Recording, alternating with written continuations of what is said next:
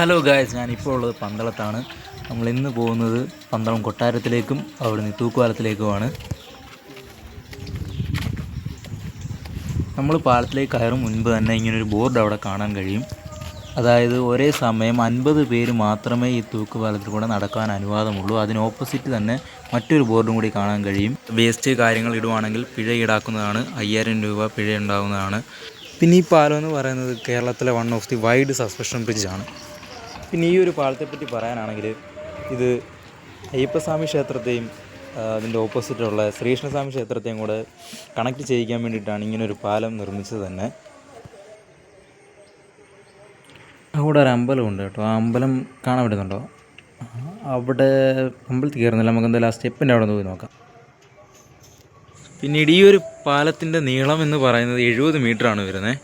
ഇതിൻ്റെ വീതി എന്ന് പറയുന്നത് 2.5 മീറ്ററാണ്. അത്യാവശ്യം നല്ല സ്ട്രോങ് ഒക്കെ തന്നെയാണ്. പക്ഷെ നമ്മൾ നടക്കുന്ന സമയത്ത് ചെറിയതായിട്ടൊന്ന് ആടും. അത് കുഴപ്പമില്ല, പേടിക്കേണ്ട കാര്യമൊന്നുമില്ല.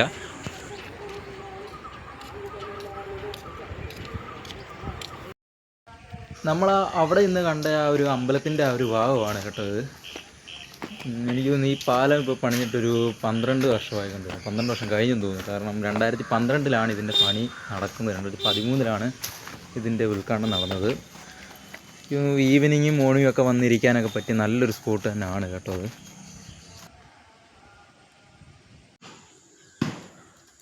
നമ്മളിപ്പോൾ നിന്നത് ആ ഒരു ഭാഗത്തായിട്ടാണ് നമ്മളിപ്പോൾ നിന്നത്. പിന്നെ എന്തിനാണ് അവിടെയും ഇവിടെ ആയിട്ട് എന്തിനാണ് 2 സ്റ്റെപ്പ് 2 കടവ് പോലെ ഇറങ്ങിയേക്കാൻ വേണ്ടിയിട്ട് എന്തിനാണെന്ന് അറിഞ്ഞുകൂടാ. ഈ കാണുന്നത് കൈപ്പുഴ മഹാദേവ ക്ഷേത്രമാണ്. നമ്മൾ അമ്പലത്തിലേക്ക് നമ്മൾ കയറുന്നില്ല. പിന്നെ നമ്മൾ ഇങ്ങോട്ട് വന്നപ്പോൾ ശ്രദ്ധിച്ചില്ലായിരുന്നു കേട്ടോ, ഇവിടെ ഒരു ബോർഡ് വെച്ചിട്ടുണ്ട്, ഡേഞ്ചർ, അപകട സാധ്യത മേഖലയാണ്.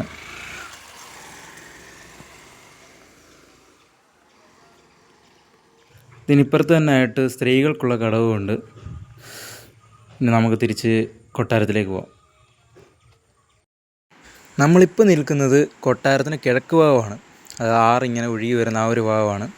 അത്യാവശ്യം വെള്ളവും കാര്യങ്ങളൊക്കെ ഉണ്ട്, നല്ല ഒഴുക്കുണ്ടെന്ന് തോന്നുന്നു വെള്ളത്തിന്.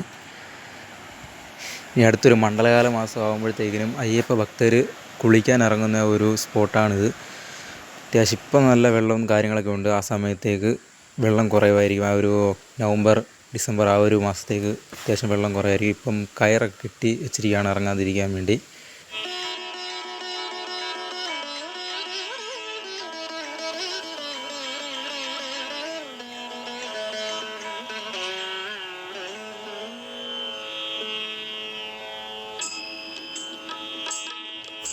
ഇപ്പോൾ നമുക്കിവിടെ വന്നു കഴിഞ്ഞാൽ കാണാൻ കഴിയുന്ന ആ ഒരു കൊട്ടാരത്തിൻ്റെ ഭാഗമായിട്ടുള്ള തേവരപ്പുര മാത്രമേ ഉള്ളൂ.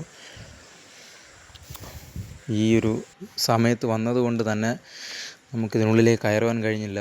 ഇത് തുറക്കുന്ന സമയത്തായിരുന്നെങ്കിൽ നമുക്കിതിനുള്ളിലേക്ക് ഷൂട്ട് ചെയ്യാൻ കഴിയുമായിരുന്നു.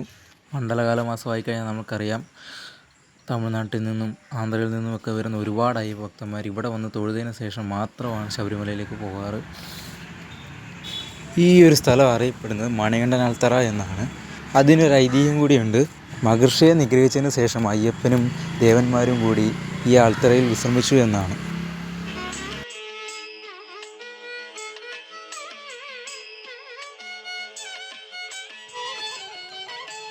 അടുത്തൊരു നല്ലൊരു കണ്ടൻറ്റുമായിട്ട് നമുക്കിനി വീണ്ടും കാണാം.